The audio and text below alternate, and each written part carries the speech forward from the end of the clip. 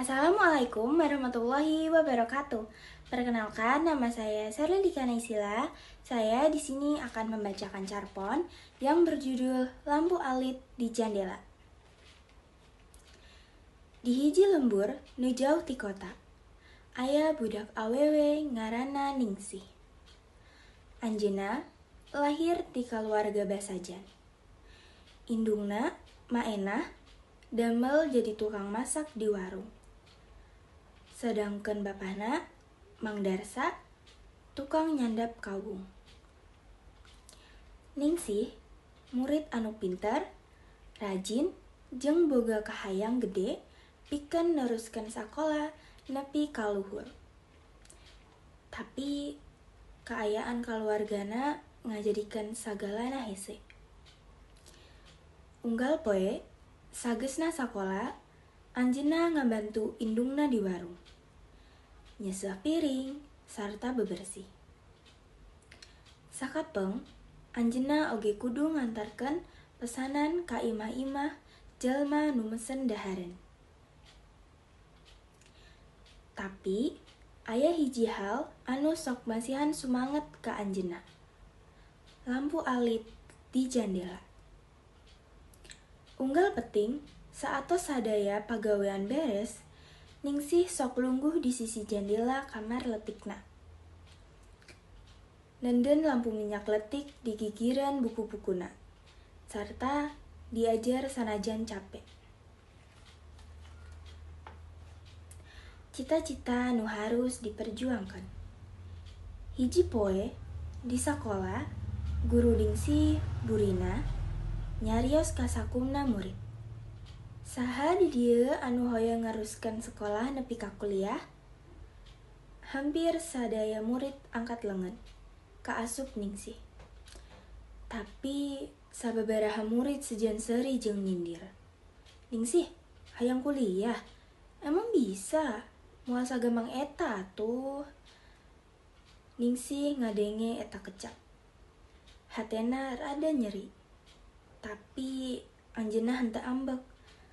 Anjeunna ngan ukur mesem leles. Terus nyarios dina hatena. Henteu naon.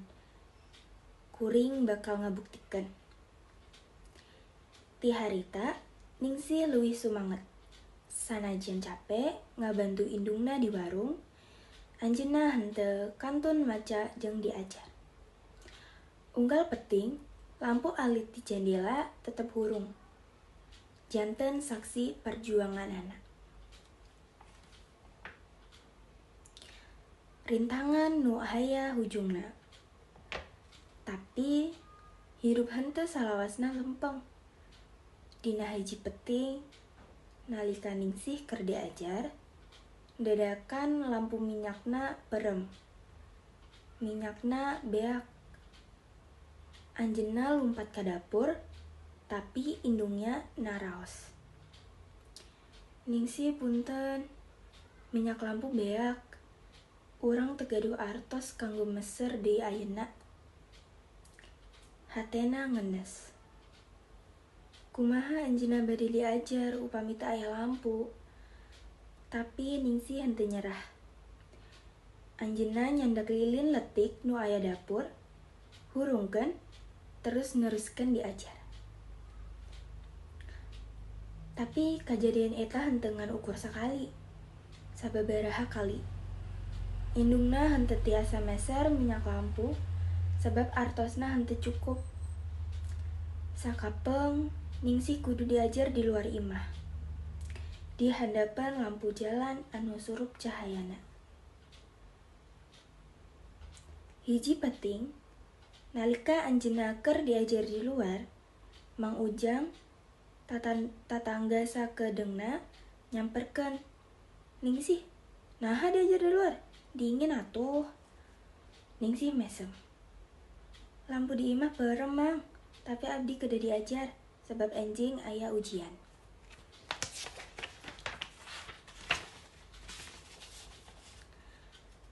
Mang Ujang natep Ningsih lami-lami. Tuluy mesem. "Tetep sumanget Ningsih, jalma nu usaha moal eleh ku kayaan." Kahirupan nu Robi. Sataun ti harita datang warta gede. Sakola Ningsih ngayakeun sayembara pikeun milih murid nu pantes nampi beasiswa ka SMA di kota. Sadaya murid menang kesampetan, tapi ukur tilu jalma anu bakal kapilih. Ningsih teu wani harepan, tapi burina ngayakinkeun. Ningsih cobian, anjeun pinter, rajin, serta sabar. Sing percaya kana diri sorangan. Sanggeus latihan jeung diajar beuki kiat, Ningsih ngiluan ujian. Unggal poe anjeunna maca buku, latihan soal, jeung minta doa ti indung bapana. Hasil ujian diumumkeun. Ningsih gugup, hatena tarik pisan. Nalika burina nyebutkeun nami-nami nu menang beasiswa. Anjeunna nandeng tarikan napas. Ningsih, hatena ruas. Anjeunna henteu percaya, anjeunna menang beasiswa. Mang Darsa jeung Ma Enah ngarayu. Sakabeh tatangga ngahaturkeun wilujeng. Malam eta, Ningsih lungguh deui di gigireun jendela. Ningali lampu alitna. Tapi ayana lampu eta hentengan ukur jadi cahaya keur diajar. Tapi oge jadi simbol harapan. Kota nu pinuh ku tantangan. Kahadian hirup di kota henteu salawasna gampang. Sakola anyar, babaturan anyar, lingkungan anyar. Ningsih sakapeng ngarasa nyalira. Tapi anjeunna emut kana sagala usaha jeung pangorbanan. Hiji dinten, sakola ngayakeun kompetisi karya tulis. Ningsih mutuskeun nyerat ngeunaan hirupna di lembur. Ngeunaan lampu alit di jendela. Sareng ngeunaan kumaha kahadian sarta kasabaran tiasa ngarobih kahirupan. Tulisanana kapilih janten juara. Malah, tulisan eta dimuat di koran lokal.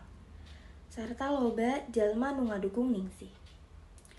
Aya anu masihan bantuan, aya nu nyarios jeung caritana masihan inspirasi. Dina salah sahiji wawancara, wartawan nanya, "Naon kahayang pangbadakna anjeun?" Ningsih ngajawab, "Kalayan seuri. Kuring hoyong ngajantenkeun kahirupan kolot abdi langkung sae. Kuring hoyong sakabeh budak di lembur henteu kedah diajar di luar. Kusabab henteu gaduh lampu. Sareng abdi hoyong sakola nepi ka luhur. Balik ka lembur jeung cahaya nu anyar." 5 tahun ti harita, Ningsih rengse kuliah. Anjeunna balik ka lemburna. Tapi henteu deui sakumaha samemehna. Ayeuna anjeunna geus janten guru.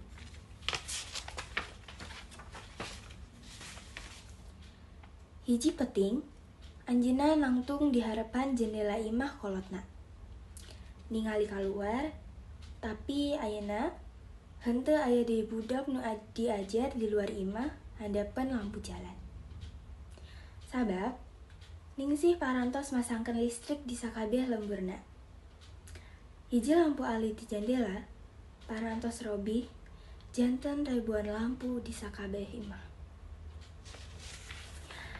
Baik, itulah cerpen atau cerita pendek dari saya yang berjudul Lampu Alit di Jendela. Terima kasih. Wassalamualaikum warahmatullahi wabarakatuh.